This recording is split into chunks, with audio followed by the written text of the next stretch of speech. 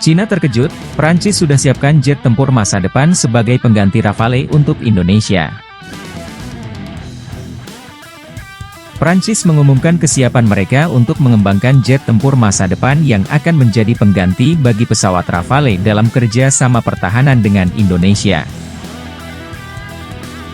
Keputusan ini diambil sebagai langkah strategis untuk meningkatkan kerjasama bilateral antara kedua negara dan memperkuat posisi Prancis sebagai mitra utama dalam penyediaan alutsista bagi Indonesia. Dalam konferensi pers yang diselenggarakan di Paris, Menteri Pertahanan Prancis, Florence Parly, menyatakan komitmen Prancis untuk mendukung modernisasi alutsista Indonesia. Kami bangga dapat bekerja sama dengan Indonesia dalam mengembangkan jet tempur masa depan yang akan menjadi pilar utama pertahanan udara negara tersebut. Ini adalah langkah besar dalam mempererat hubungan kami. Jet tempur masa depan ini diharapkan memiliki teknologi tinggi, kemampuan serangan jarak jauh, serta kemampuan bertahan yang superior. Prancis berencana untuk melibatkan perusahaan-perusahaan pertahanan terkemuka, seperti Dassault Aviation yang merupakan produsen Rafale, dalam proyek ini. Kerjasama ini juga dianggap sebagai langkah menuju otonomi industri pertahanan Indonesia yang lebih besar. Menteri Pertahanan Indonesia, Prabowo Subianto, menyambut baik inisiatif Prancis ini dan menegaskan bahwa Indonesia memandang kerjasama ini sebagai langkah maju dalam memperkuat pertahanan negara. Pengembangan jet tempur masa depan ini bukan hanya tentang teknologi tinggi, tetapi juga tentang peningkatan kemampuan pertahanan dan keamanan wilayah kami.